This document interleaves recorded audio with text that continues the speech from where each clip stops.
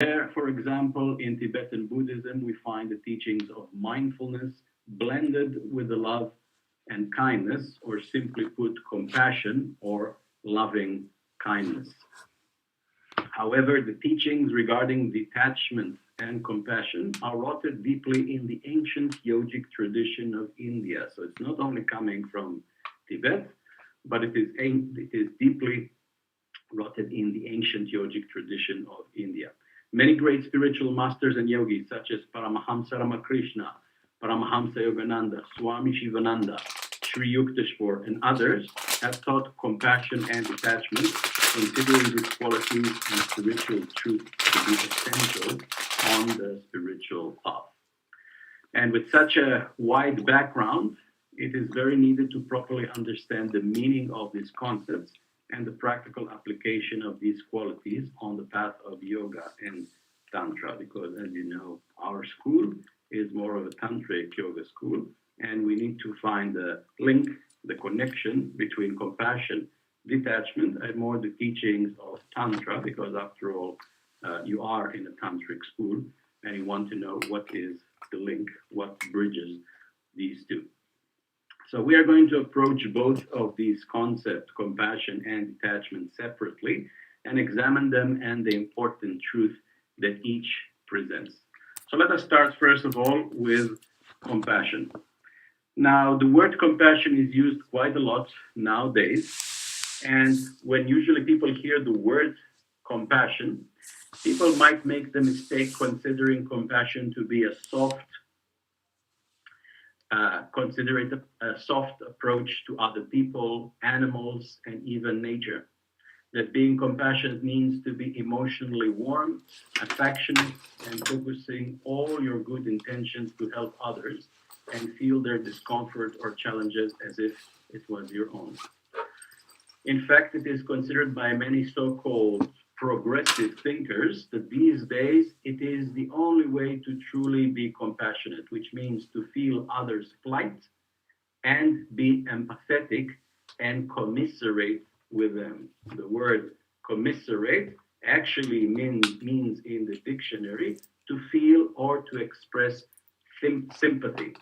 Now, the word sympathy does not necessarily mean compassion. So this kind of interpretation, to have this kind of a soft approach to other people's problems, to disasters in nature and so forth, is not necessarily compassion from the spiritual point of view. So this could be considered a mistake.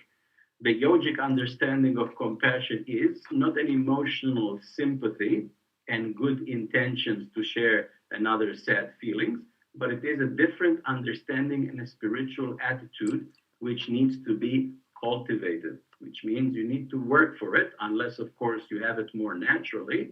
And some of you might have it naturally because of different factors, but usually most people need to cultivate it gradually. So in yoga, compassion comes from the combined arousing on activation of the third eye, Ajna chakra, and Anahata chakra, the heart chakra, because the yogis consider that love from the heart is not the same sympathy from the second chakra, Svadhisthana chakra. As you know, in Tantra, eventually we say that all the emotions, states of mind in the human being are fed by a certain energy which belongs to one of the seven chakras. So, for example, when I use the word love, then from the standpoint of Tantra, that would automatically refer to Anahata chakra, to the heart chakra. It's an emotion which is fed by an energy resonating at the level of Anahata chakra. But we can speak, for example, about another emotion which could be called sympathy. And sympathy is not necessarily coming from Anahata chakra. On the contrary, it would come more from the second chakra, Svadhisthana chakra. And as some of you probably remember from our yoga courses, Svadhisthana chakra is considered to be a little bit of the black sheep of the family.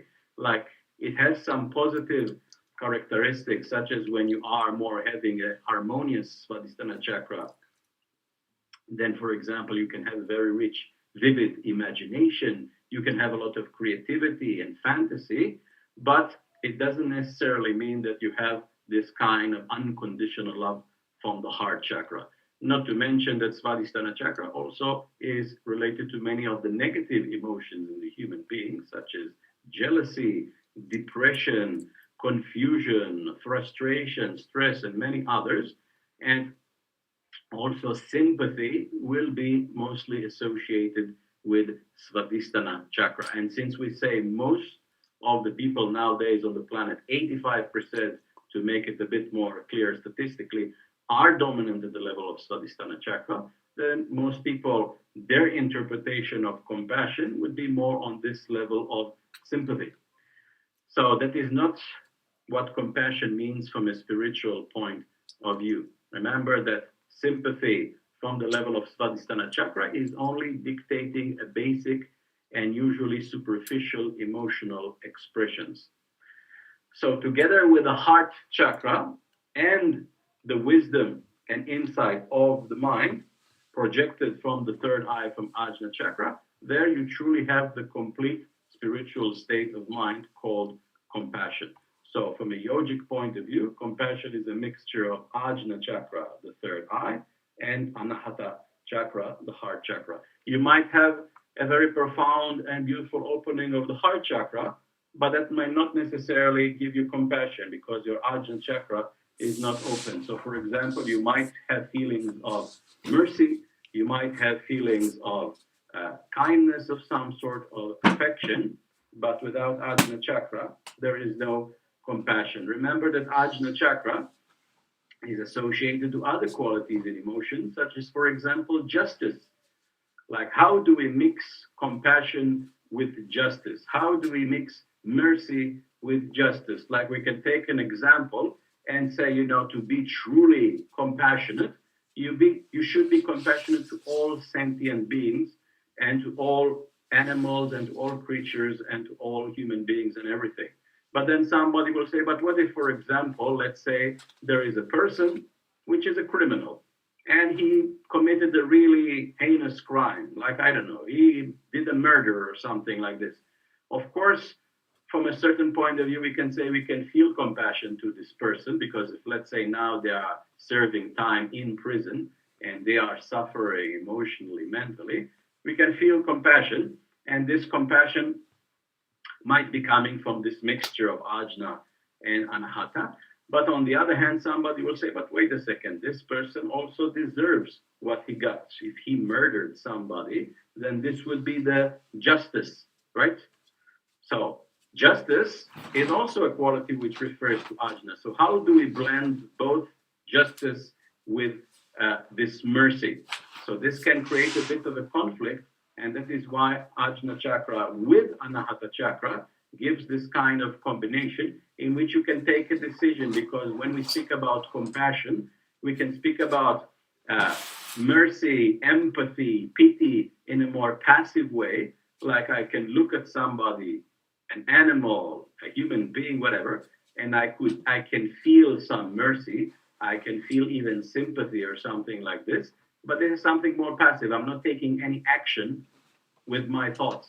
And from the yogic point of view, compassion would be that not only that you have these thoughts of mercy and loving kindness, everything, but you also put it into action. And in this way, you might even choose to help this person. Like the typical example would be the Dalai Lama and some of the Tibetan yogis, which are not just, saying all kinds of words about compassion and loving kindness, but they're also putting it into action. Like the Dalai Lama is continuously, as a kind of a karma yoga, is doing his travels around the world, and he continuously tries to preach the teachings of Buddhism, compassion, loving kindness. So remember, compassion is not just sympathy, is not just some kind of a superficial emotion from Svadhisthana chakra, which is passive, but compassion is a mixture of Ajna chakra and Anahata chakra. So that would mean if you want to cultivate compassion, you need to practice on both of these chakras. And I can just mention several techniques that usually we teach in our yoga courses, which help to cultivate compassion. The first and perhaps the most famous would be the posture from Hatha Yoga called Vajrasana. Vajrasana, the diamond pose, simply because Vajrasana is exactly aiming to cultivating compassion. It's an asana which activates both Ajna chakra and Anahata chakra, creating this beautiful combination of the mind and the heart and the mind. Because you can have a very sharp mind, you can be an intellectual, intelligent person, but you might be missing the warmth of the heart. Like your mind is very harsh and it doesn't have this softness of the heart. Like you can see sometimes a scientist or somebody which has a very sharp mind, but it can be quite rude. It can be actually quite uh, unpleasant in certain ways. Like he looks at other people which are not at his level of his intelligence, and he can say all kind of harsh things, which can be quite offensive. So this is obviously not the goal. But once you put the heart in the mind, you are creating this beautiful mixture in which the mind can have this discrimination, and at the same time you have this compassion, which is a combination of these two. So I mentioned Vajrasana as the first technique. What else can you use? Meditation. So, for example, performing meditation on the heart chakra, either it is music meditation or any other meditation which is activating more Anahata chakra. Obviously, practicing sublimation will also help, because if the tendency for most people nowadays is to be more at the level of the lower chakras, then we cannot even start speaking about compassion if all day long you are just at the level of your lower chakras and you feel anger or you feel depression and things like this. So first you need to sublime a little bit the energy. Like for example, if you perform the shoulder stand, it will help you to sublime the energy, and then you are already one step closer to having the feeling, going into this beautiful state of mind of compassion. So this is a little bit about compassion. And now let's go to the talk about detachment. What is detachment? Detachment usually is misunderstood in modern time, just as compassion can be misunderstood and some people will simply interpret it as sympathy. Detachment will usually be misunderstood as some people will simply consider detachment as some form of indifference. It's a little bit like, let's say somebody has a problem, somebody is sick or somebody is suffering, and I will say, you know what, I am detached to this person's problem. And that would mean for some people in other ways that I'm indifferent. I am cold to your problem. In other words, I don't care that if you are going to live or if you are going to die. So indifference is not detachment. I remember perhaps the best example which I have heard about the difference between detachment to indifference is the following. Imagine that you have a friend and your friend is a smoker.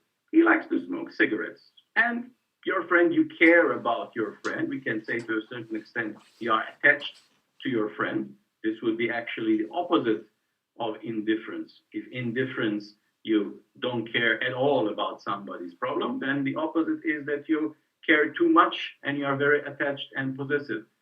So let's say a friend of yours is a smoker, and you know very well, and you might even notice that this is actually very harmful to your friend, like he's starting, to get to cough, you start noticing some other symptoms, and it's not healthy for him. So one day you approach him and you tell to your friend, Walter, or whatever his name is, it would be best if you stop smoking because I care about you, and you should know that smoking is damaging to your lung and to your health, and maybe even, I don't know, it's going to get worse and you're going to get lung cancer at some point.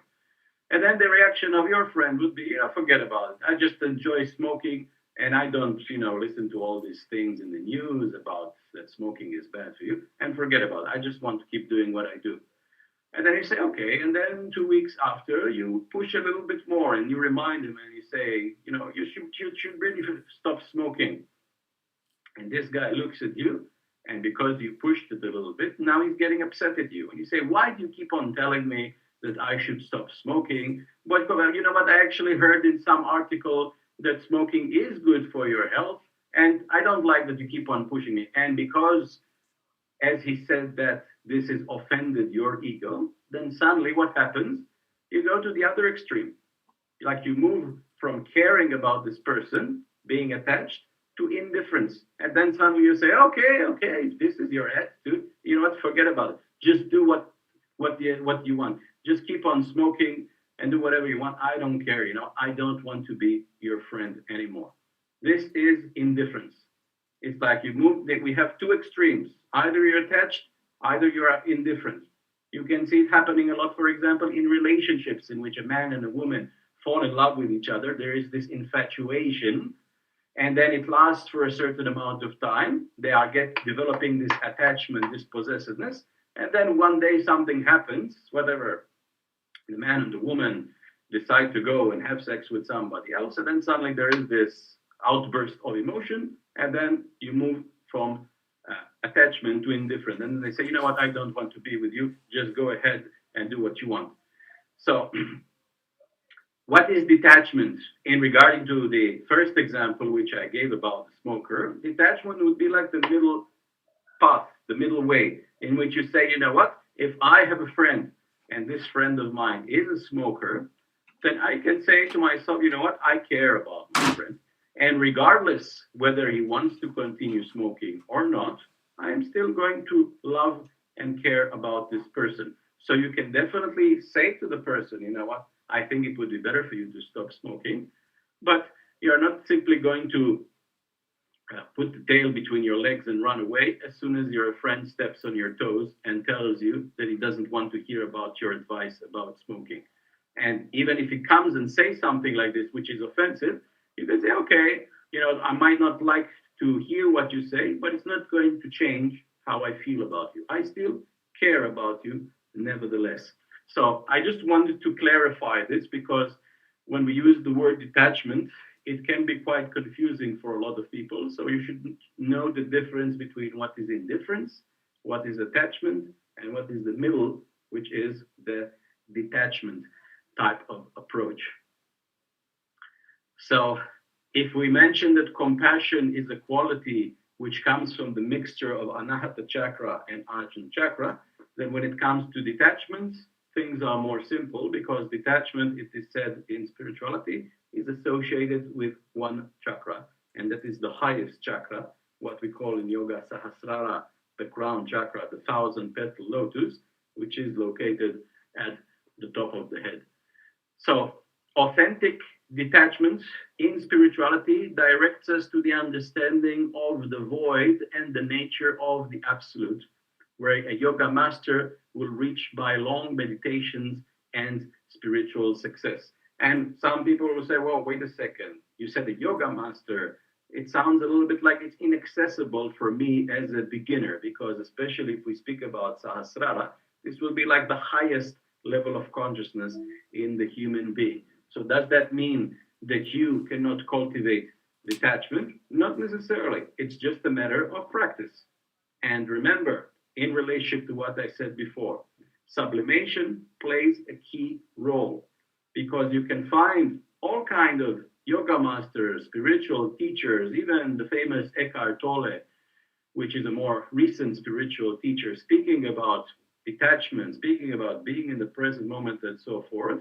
But it's all nice words, and when people try to practice it, they notice that they don't have what Eckhart Tolle has or what Yogananda had. And the reason why they don't have it is simply because they are lacking the knowledge of making the connection between detachment and energy. And this is where Tantra plays a big role, because in Tantra, we help beginners a lot, in which we bring simply the concept of energy. We say detachment is an emotion at the level of the crown chakra. The more you work on the crown chakra, the more you pump up in terms of energy or crown chakra, the more naturally you will become detached. And what it would mean to become detached? It means that actually you can go above your mind, because as long as you are at the level of the mind, you can still have this plus, minus, I like this, I dislike it, and that can lead to a form of attachment. But once you go above the mind, you can actually kind of step out of your mind. You can look at your own mind, observe your mind, and in this way, actually, from more of an objective point of view, know how your mind works. And in this manner, you can cultivate detachment. This level of consciousness involves the vision of the higher spheres, or at least the comprehension of the true self and nature of the soul. With that comes natural inherent wisdom that allows the practitioner the approach life's challenges and people's sufferings or successes with an even centered view. That leads to a divine approach to life. So, how to cultivate detachment in a more practical meaning? If I've mentioned before some techniques for cultivating compassion, then when it comes for detachments, and since we speak about the level of Sahasrara, the crown chakra, then it would obviously mean that if any one of you know how to practice the headstand, because the headstand, or as it's called, Shirshasana, is the number one technique in yoga for activating Sahasrara, the number one asana, not technique, because there would be techniques which are even more powerful for Sahasrara, but they are not asanas. But Shirshasana, the headstand, would be a good start, which means the longer you can practice Shirshasana, and for most people, it starts from something minimal, like you can practice maybe for 1 minute, for 2 minutes before you have to come back to the ground. So you do it as much as you can, and then the longer you can increase the duration of Shirshasana, of the headstand, the more and more you pump up the energy at the level of the crown chakra, and the more and more naturally you are going to feel detachment. And this is just one asana. By the way, the headstand has also the advantage that it creates the sublimation of the energies, which means that if you are feeling attached, if you are feeling jealous, if you are feeling possessive, it doesn't show detachment. It shows the opposite. It shows that your level of consciousness and energy is much lower, and that would mean the first step would be to sublime, to flush up this energy. As I've mentioned earlier, you read a wonderful book which is very inspiring, again, of Eckhart Tolle, The Power of Now. Maybe some of you have read this book already. And he definitely speaks about detachment there. But remember, Eckhart Tolle was one of these very lucky human beings that somehow had a very strong spiritual awakening, a revelation, by some mysterious circumstances. He didn't necessarily do some practice, at least in this life, to cultivate this. It just happened mysteriously in the middle of the night. He describes it in the beginning of the book. And then somehow he had a state of high consciousness, which led him later to deeper states of high consciousness.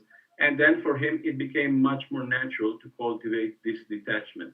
But for other people, you will need to do it more gradually. And that would mean that just reading such books of Eckhart Tolle, practicing being in the present moment and so far, and so forth, it's very beautiful words, but you're going to notice that practically it's much more difficult. You would like to be detached, but somehow your mind has a will of its own. And that is why practicing Hatha Yoga, practicing headstand, practicing sublimation gives the necessary kind of support. Because it is one thing to say, I am detached, but actually your mind tells you, no, you know what, I really hate this person and he deserves what he got, and I would hope that tomorrow he would get even more bad things happening to him.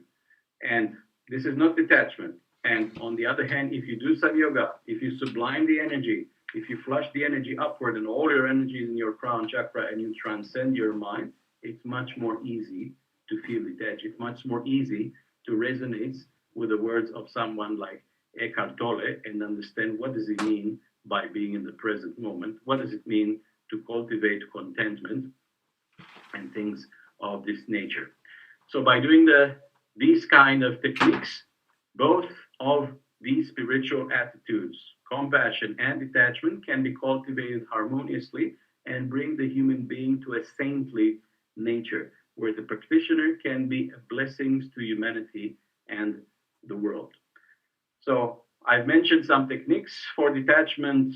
Again, other than the practice of the headstand, you can also use music meditation. If any one of you has been initiated, for example, with the practice of Laya Yoga, you can also practice Laya Yoga, which will also be very good to go and transcend the mind, because in the practice of meditation, you're actually are confronting your own mind.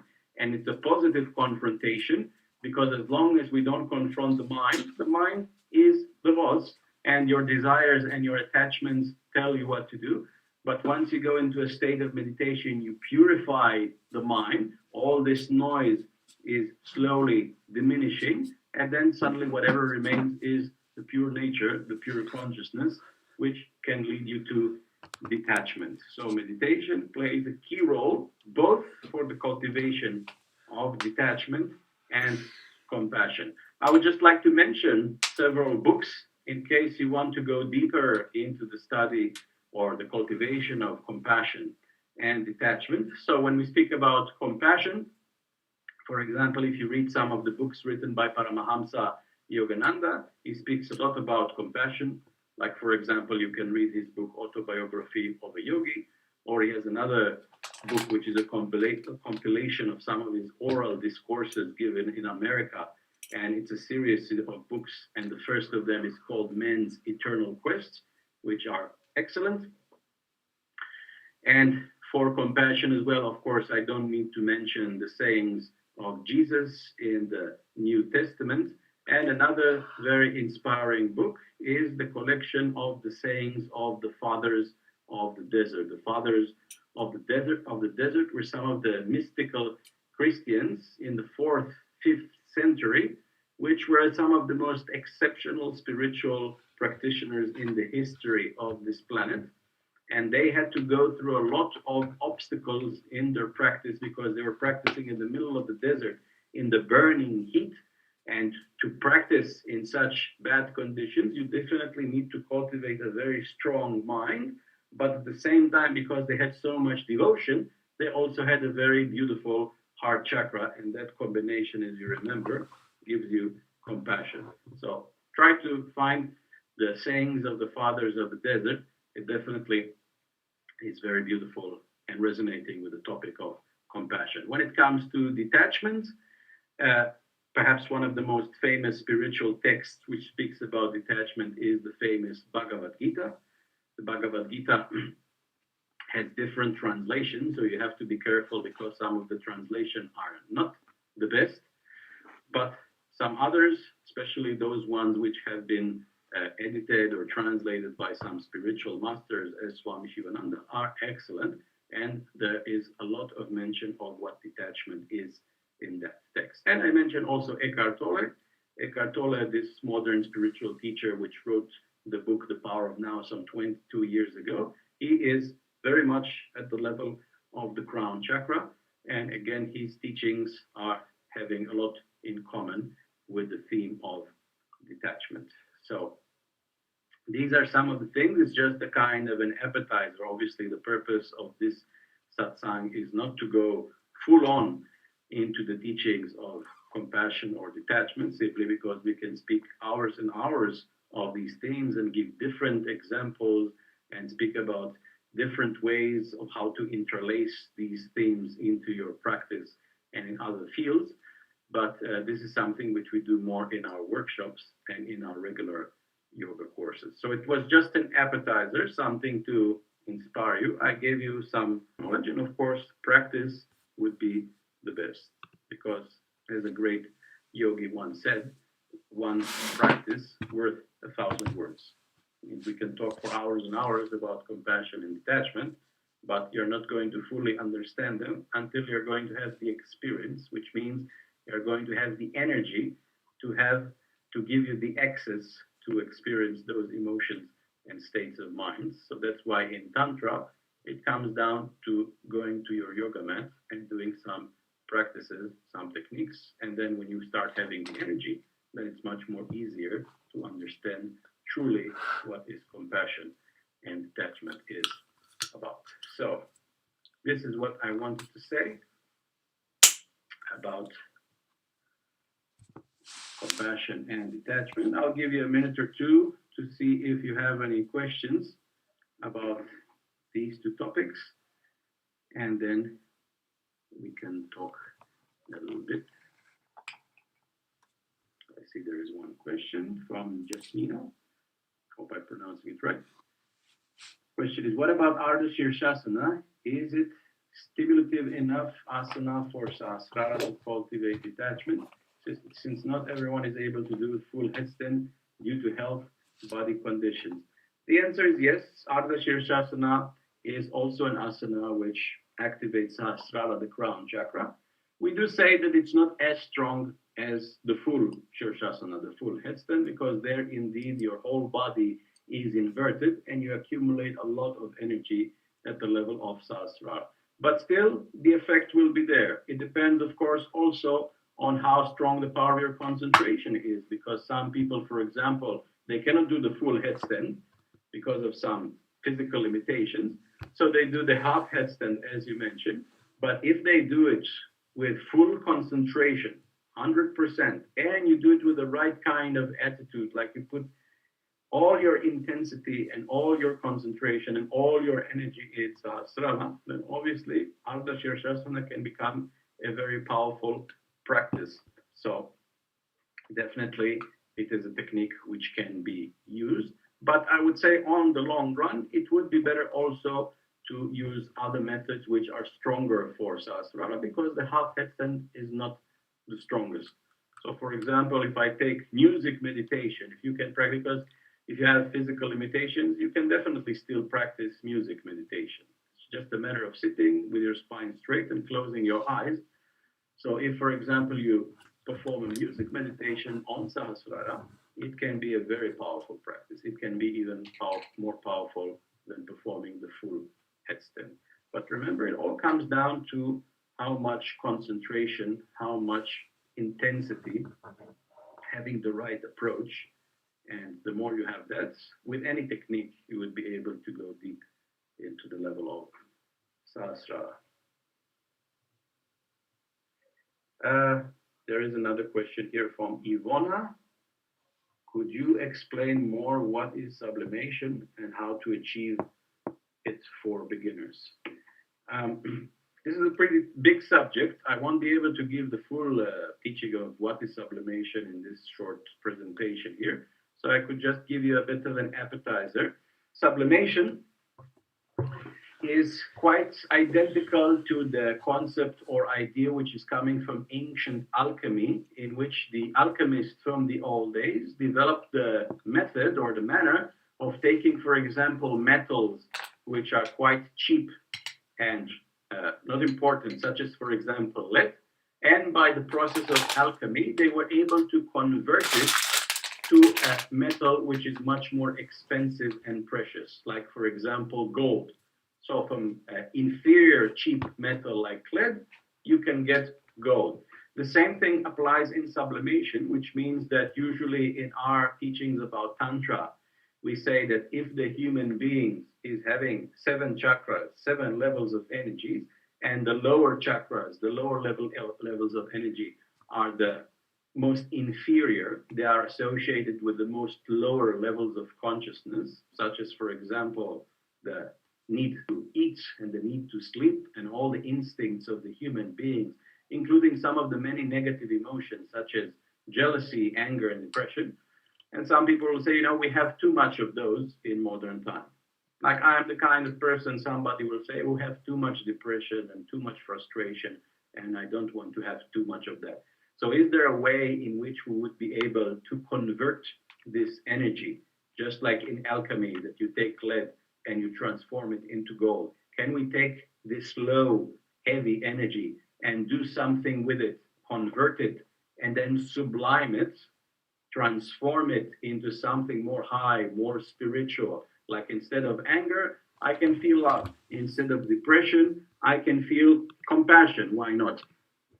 So this is what sublimation means. And there are different techniques in yoga that we teach in our school, in our courses and workshops, which help people to understand and feel more this sublimation. And this can be an amazing antidote for many problems in modern time, because a lot of problems that people have nowadays are simply associated with having too much energy in the lower chakras.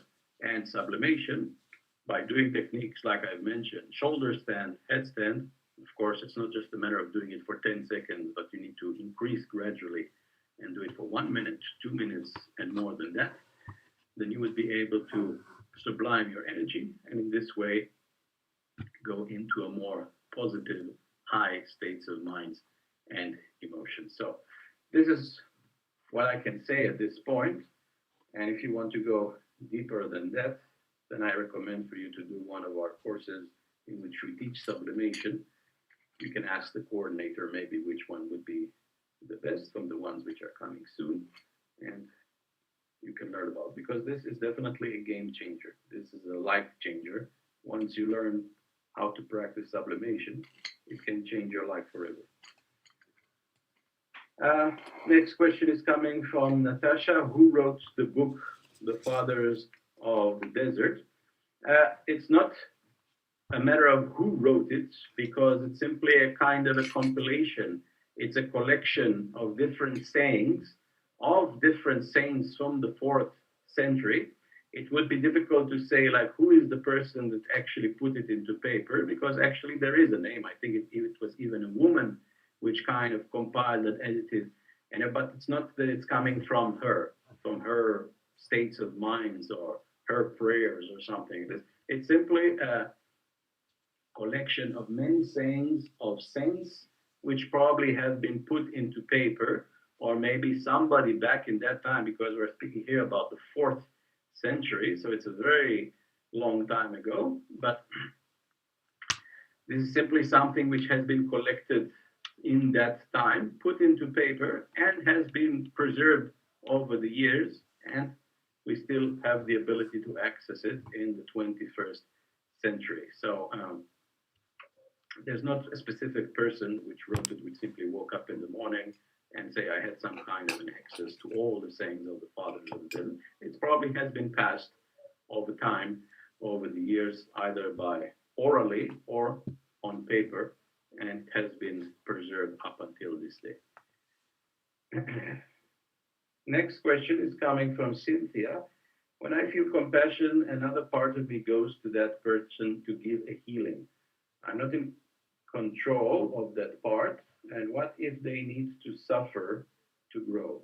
How do I connect my conscious state with a part of me that just goes out and gives, so I have a choice and don't have to live like a hermit?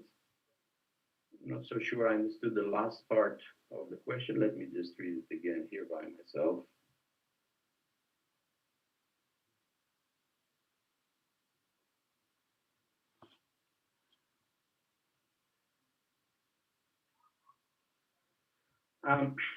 I will refer more to the first part of your question, because you asked here something important, like you want to heal somebody, and you mentioned here, what if they need to suffer to grow? And that's something which is very important, because this is basically bringing us to the teachings of Karma Yoga, in which we say that if you as a human being do not have access to the causal level, and you don't have the ability to look at the big picture and see what will be the consequences of your action related to this person and generally to the environment from helping this person, like indeed, maybe you see somebody who is suffering, you feel compassion, but actually this person is having the destiny or the karma to suffer. And the question is, should you help this person because you are feeling compassion?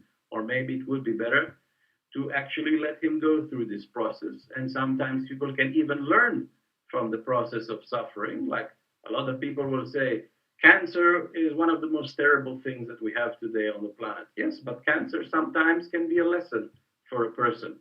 If, let's say, a person is violent, a person is aggressive, and then at some point he gets a cancer, actually by going through this period, which is definitely unpleasant and suffering and purifying and everything, then actually a person can be reborn from this. He can learn much about the things which he has done in the past, which probably he shouldn't have done. And in this way, sometimes cancer can be a motivator, and then this person later on in his life will choose to go more to the positive side of things.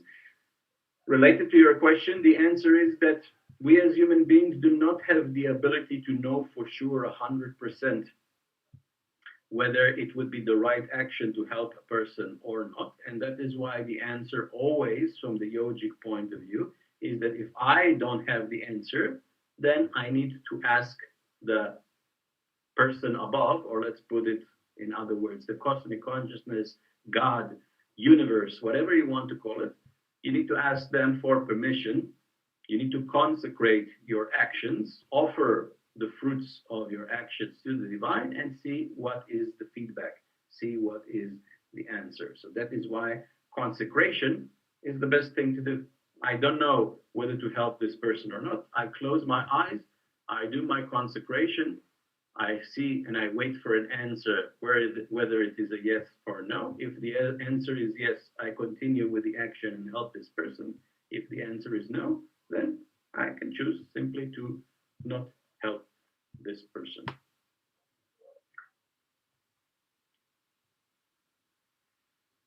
Next question coming from Tanya. Can using a headstand chair, the one where you balance on shoulders, be useful if not able to do the full headstand, or is it better to start with a half headstand?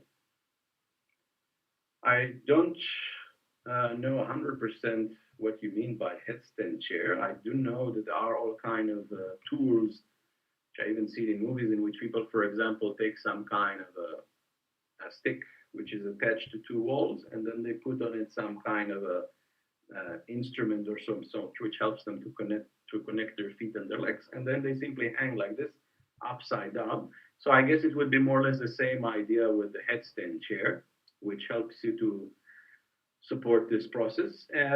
And I would say yes, many of the effects that you get from the headstand will be similar to performing it in this way with the support.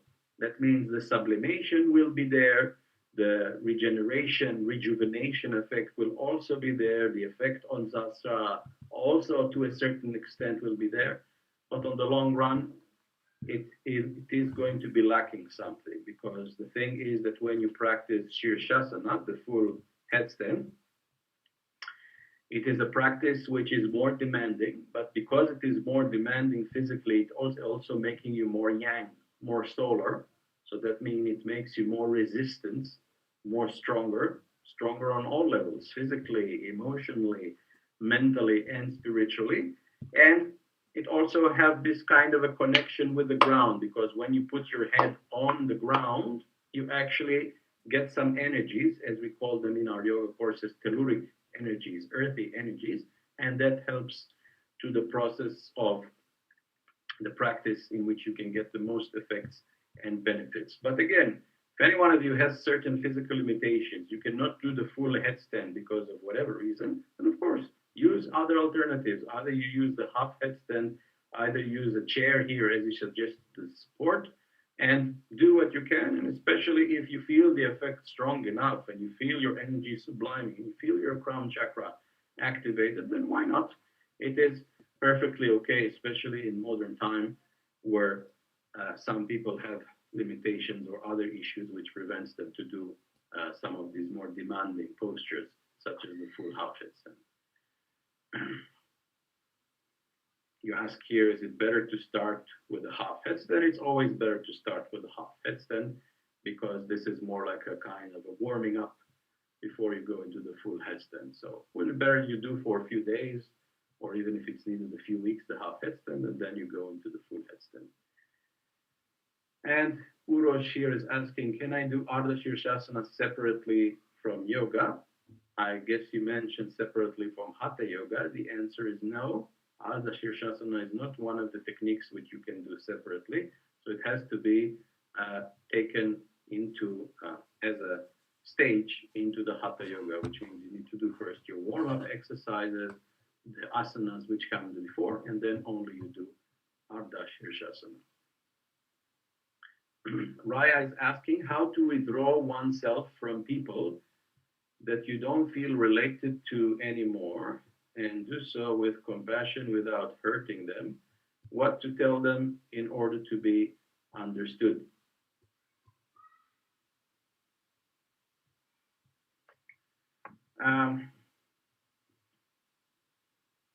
It's a good question here, and it is related to what we speak about in our regular yoga courses when we speak about the morals and ethics, the yama and niyama, and this conflict between the first two morals or yamas, which the first of them is called ahimsa, non-violence, and the second one is called satyam, truthfulness. And here In your question, you presented exactly this kind of conflict. You say how to withdraw oneself from people that you don't feel related to anymore, and to do so with compassion without hurting them, what to tell them in order to be understood. um, it would be the best, of course, to tell them the truth, in the meaning that you tell them that you simply need some time, period of time, or as much as you need to take to simply be on your own for whatever reason it is. If you want to do your practice, you want to do your prayer, or you just simply want to have some time on your own and just take it easy, relax, and read some books or something like this. Um, but as you mentioned here, sometimes you might offend or you might hurt people. And then the question is, what is more important, the non-violence of not hurting people or to tell the truth? And the answer by the yogis always comes in the following manner, and that is ahimsa always comes before satyam, which means non-violence always comes before truthfulness. But of course, there will be certain shades and degrees, in the meaning that we can speak about certain situations in which you tell the truth to a certain person. He might get offended, but on the long run, he's going to get over it. And it's not, it's not something which is going to ruin his life or even ruin his day. He might not like it very much, but at the same time, he's going to get over it. And we can speak about other examples of, let's say, some people which are emotionally are on the brink, for example, on suicide, like they are, emotional time bombs. And whatever you are going to tell them, because they are so sensitive, they are immediately going to explode, or they are just going to go and jump from a building or something like this. So here you are generalizing it and say how to tell people this or that without hurting them. And the question is, I would ask which kind of people you're talking about. Are we talking about the type of person which, if you tell them the truth, they might not like it, but at the same time they will get over it? Or on the other hand, you speak here about the type of person, which I would say is a bit more of a rare example, like these kind of people which are emotional time bombs. There's not so many of them, although in modern time with all this world crisis, things are becoming worse. But nevertheless, if you do feel that there is a person which, if you're going to tell them that they're simply going to explode, then this is where the yogis came with the idea of the white lie. They said, you know what, in some situations, it would be better to tell a small white lie. Like you can say, you know what, make some kind of reason or some sort, because you don't want to say the full truth to this person, and then they're going to commit suicide. Because non-violence always comes before truthfulness, according to the yogis. So it depends very much on the specific case that you are speaking of, and in this way, from what I mentioned, you should know how to act. And the last question for now from Urosh is, can I do Shirshasana separately from the yoga practice? The answer is yes, but only with certain conditions. Shirshasana is the headstand, for those of you who are not familiar with the full headstand. So you can perform the full headstand separately from the yoga practice, but to do that, it is mentioned that you need to somehow perfect it, in the meaning that you need to practice it on a daily basis as part of Hatha Yoga, and in time increase the duration from 1 minute to 2 minutes to 3 minutes and so forth, until you will be able to reach one day to performing it for 8 minutes non-stop. This is the standard, 8 minutes. If you can reach one day to performing continuously the headstand 8 minutes non-stop, then you can start practicing it separately from the Hatha Yoga program. But the emphasis is this, that if at any point you suddenly, for whatever reason, got lazy and you stopped doing your practice, and then 3 months after you want to do again the headstand, then you should again do it as part of the Hatha Yoga until you can reach again to do it for 8 minutes, and then you can again practice it separately from the Hatha Yoga. So 8 minutes will be the standard. If you cannot practice it for 8 minutes continuously, non